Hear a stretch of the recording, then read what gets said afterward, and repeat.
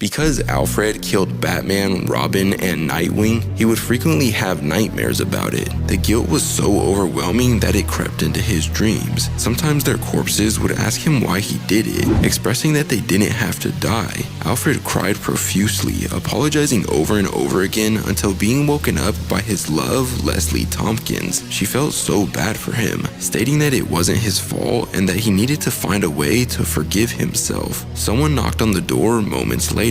It was Damien, shocked to see that Leslie was there because he didn't know her and Alfred were a thing, but he expressed that he was very happy for the both of them. But he had something to tell Alfred, so he pulled him aside and said he was there to say goodbye, because him and all the other heroes were meeting with the Guardians on Oa to discuss how they were gonna approach zombie Darkseid and the others. Alfred begged him not to go, expressing that he couldn't lose another son, but Damien said that he had to go because the anti-life equation was spreading across the universe. So because Alfred couldn't convince him to stay, he requested to fight alongside him. Damien was confused, but Alfred was serious, insisting that they give him some sort of weapon so that he didn't have to sit on the sidelines. But it was too late. Damien and John needed to leave right away, so they joined the other heroes and then blasted off into the sky. Maxima also understood how great of a threat Darkseid and the unliving gods posed, so upon receiving word that they were headed to her home planet Almarak, she commanded all of the Almaracians to flee while her and Prima stayed to buy them enough time to escape. They held their ground, fighting long and hard, but unfortunately the common theme of death in this story prevailed. Darkseid blasted a hole into Prima's stomach with his new and improved yellow Omega beams, and then used his ring to create a hand that smashed Maxima into the ground and then infected her. His army was growing larger and stronger without any signs of stopping, and the Guardians of Oa knew this. Gantis stated that over 100 billion lives had been lost across 12 planets already, and another 7 planets had just been infected as well. And because of that, they were sanctioning lethal force, believing that wiping these worlds out was the only way to stop the spread. Brainiac agreed that it was the most logical course of action, but all of the other heroes were opposed. Clark expressed that they could help these people with the cure, and then stated that he wouldn't let Ganthet destroy these worlds. Ganthet was disappointed in him, refusing to change his mind and then imprisoning him in a lantern construct. The heroes were outraged, imprisoning Clark and wanting to commit genocide? How could he? Well, thankfully it didn't last long because Clark smashed his way out of the prison, clobbering Ganthet so hard that he crashed onto the ground. But obviously the lanterns had Ganthet's back, so they sent Clark flying by blasting him with their rings, causing Batgirl to retaliate against them with her Shazam powers. So a massive brawl between the Justice League and the Green Lanterns broke out because they couldn't see eye to eye. But in the midst of the battle, Batman sensed that something was wrong. Not only was his pulse elevated, but his judgment was clouded, making him realize that they were being manipulated by Ares. So he demanded him to stop, and immediately upon doing so, none other than Mr. Mix's Pitalik showed up,